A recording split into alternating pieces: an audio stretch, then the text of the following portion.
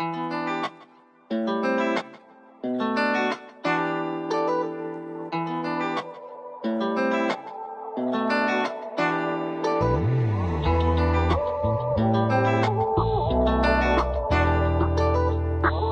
morning and welcome to another episode of the Pre-Praise Report. Here on CCU Live, today I sit down with our very own Sister Pat Parker and talk the importance of voting. But first, let's talk about what's going on at your church. Please join Bishop Hargrove every Wednesday online for Bible study on Facebook and YouTube. Bishop is discussing the signs of the times. I promise you'll walk away each week having learned something new. As you all know, the CCU Senior Housing is still accepting new applications. This beautiful new luxury resort living space is calling your name. If you're ready for your new home sweet home, contact the leasing office at the email below. CCU has also been very busy building our all-new third phase of the residential living. Let's take a look at our all-new senior housing in phase 3 of our housing project. The CCU Senior Housing offers brand new luxury resort living featuring a beautiful entranceway with a water feature, large common area, kitchen, gym, and game room. If you think the CCU Senior Housing is for you, contact the leasing office today. CCU is also currently building its third phase of residential living, with 60 more units being added onto our current 90-unit section of housing. The new phase is set to be completed as early as mid-2021. Keep an eye out for more information on leasing. Okay, CCU, it's now time to meet our guest this morning. Please welcome to the Pre-Praise Report, Sister Pat Parker. Thank you for being here with us. We're so happy to have you here today on the Pre-Praise Report. Thank you for having me. I appreciate the invite, and I love this concept. Of course, thank you so much. Now, can you tell our viewers how long you've been a member here at CCU and what exactly that you do here? I have been a member here for over 15 plus years, and I am on the greeters ministry. So can you tell our viewers tuning in today why it is so important for them to go out and vote? It's very important because it affects every aspect of your life. It affects your taxes, it affects education, it affects health care. What recent events have sparked the importance of voting and the issues that we're seeing today? The mistreatment of black men and women in various states, and we're seeing the protests from that outcome. So that has sparked many people to say we need to go ahead and get out and vote. Definitely. Is there any difference in changes we can see in voting in national versus local? Well, we can, because our local voting, it affects taxes and it affects our school board. Okay. It affects those items there. Our national voting affects mainly your judges, federal taxes. So it affects those things. So our main reason for voting, it should be, we have to focus on our local, because our local is what really. Right.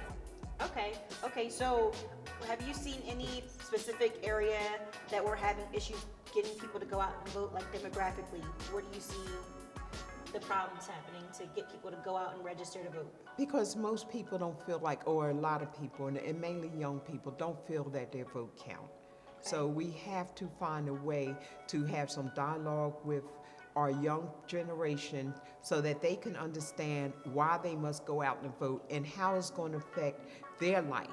Right. Are they the hardest group that's been hard for you to get to come out and register? Or is there any other group that's... It's mainly the young generation, because they don't understand why they must vote. And we have to pass that down as a legacy. That is our legacy to them. The past generation has to show them that we voted so that they can have something better in their future, and our previous generation did the same for us. So it's something that we have to pass down, and we have to show them why it is important to vote and why they have some of the advantages they have because their ancestors went out and voted. Right. Okay, so what is the deadline to vote and how can you register? Is October 13th is the deadline. Right now, you currently now can go online and vote.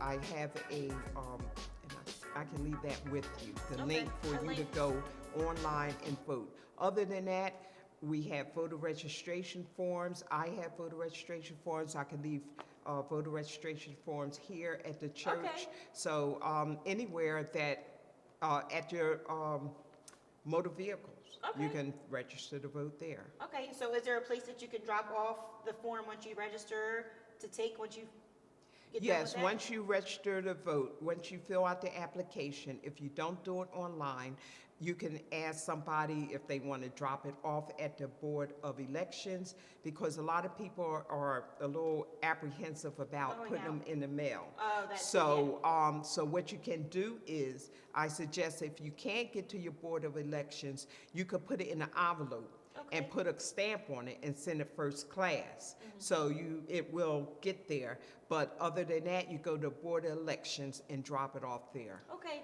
well, is there anything else that you want our viewers to know about registering and voting for this year? Yes, once you register, again, the deadline's October 13th. There are drop boxes that once you get your ballot, because you're going to get your ballot in the mail, you have to fill that out and you have to make everything legible. Same thing on your registration application, because if the form is not legible, they can't read certain line items, they will discard them. Wow. So you have to fill it out legibly, and also you have to, on your ballot, make sure your signature is your signature. Sometimes people will say, you have a husband, a wife, spouse, you'll say, just sign my name.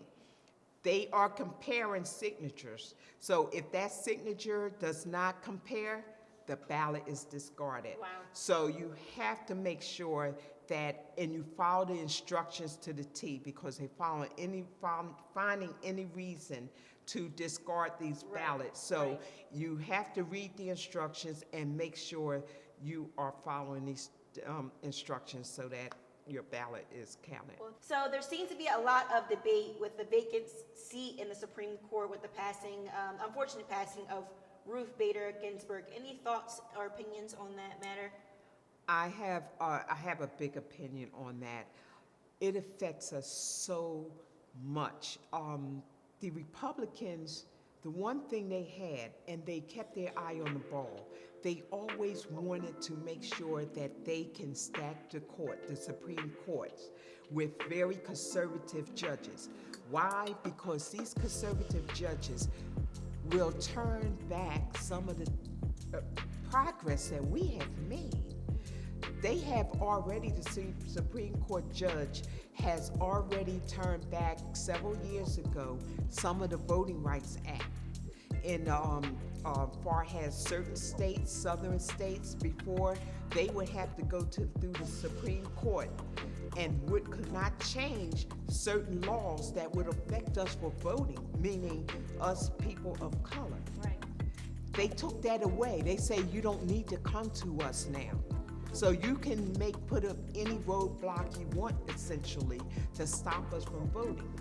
What's going to happen if we go ahead and we have a majority of Supreme Court judges? That means that they can make almost clean sweep of how we vote. And that's the most important thing, is our voting rights, because that gives us the ability to say what we want changed. Yeah. And if they could sit there and make laws, you always hear the government saying, and the president saying, we are a nation of laws. We sometimes don't pay attention to that. They say that is because they know that these laws, if they got the power, and the Supreme Court judges are the power, they are the ultimate law, then they can change and they can put it back to however they want. They can take us back decades. Wow. And we have to realize that, because that's what's getting ready to happen. Women's rights, They affect women's rights. They affect the voting rights. They affect gun laws. I mean, they can turn our life upside down. So we have to pay attention. They focus on Supreme Court judges because they know, as they always say, we are a nation of laws. And if they can change the law, they can make this world look however they want it to look. Wow. Wow. So we have to do better. We got children, we got young children, generation after generation. If we do not pay attention to these laws, we don't pay attention to how they're going to, what's going to affect us, we don't know what our next generation. You always hear government and the Congress saying about we don't want our children to bear the burden of this, the burden of that. We belong in America. We spill blood in America. We have to embrace America like it is ours, and that's the one thing we sometimes forget to do. We always think it belongs to somebody else. This is our America. So we have to embrace it so that we will know that, you know, we have to fight for what we want. We have to fight for our community.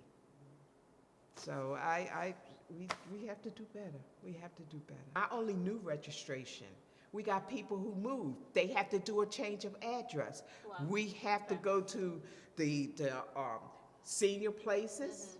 We have to go to anybody we know. If you're on a my idea of keeping things moving, if we could, you remember in the city you had block captains? If we could set up something where out here you live in a community, but you could just do your street. You could have a block captain for that street. You get new people to move in, be neighborly. Go over and say, here, I have a voter registration, so you could do a change of address. We all can participate in this. It's not one person, it's not two persons, it is all of us. And that's all it takes. Just anybody you know. You go to a outing, take voter registration, especially young people. Ask them, are you ready? And another thing that has happened, they said that now, and I'm confirming this, but now, before, if you was off probation and parole, you could vote or register to vote. Now, I heard last week that even if you're on probation and parole, you can still vote. Governor Murphy has signed this bill. I'm just confirming this, but I found this out last week. We have to pay attention to these laws. We have to learn to have a resource, a community resource, where people could go to and say, you know, what's happening here, or this is happening. We have to set up community resources. It can't be one or two people.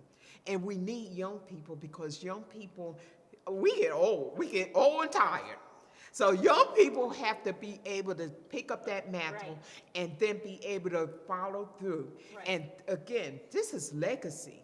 This is what we pass on from generation to generation so that we can show that we have numbers. Thank you for all that very important information. You guys definitely need to get out there and make sure you're registered to vote for this year. We need to try to make a change in our community and the U.S. in general, so please make sure you go out and register to vote. Well, Sister Pat Parker, thank you for being here with us. We're just happy that you came out and gave us so much important information about registering to vote. We hope that we can have you back here with us again. Thank you so much for having me. Of course, of course. Catch an all-new episode of the Pre-Praise Report next week here on CCU Live at 8:45 a.m. Thank you for joining us today. I want to thank my guest again, Sister Pat Parker, for being with us this morning. Up next is Sunday worship service. I'll see you here next week on the Pre-Praise Report. Bye, y'all.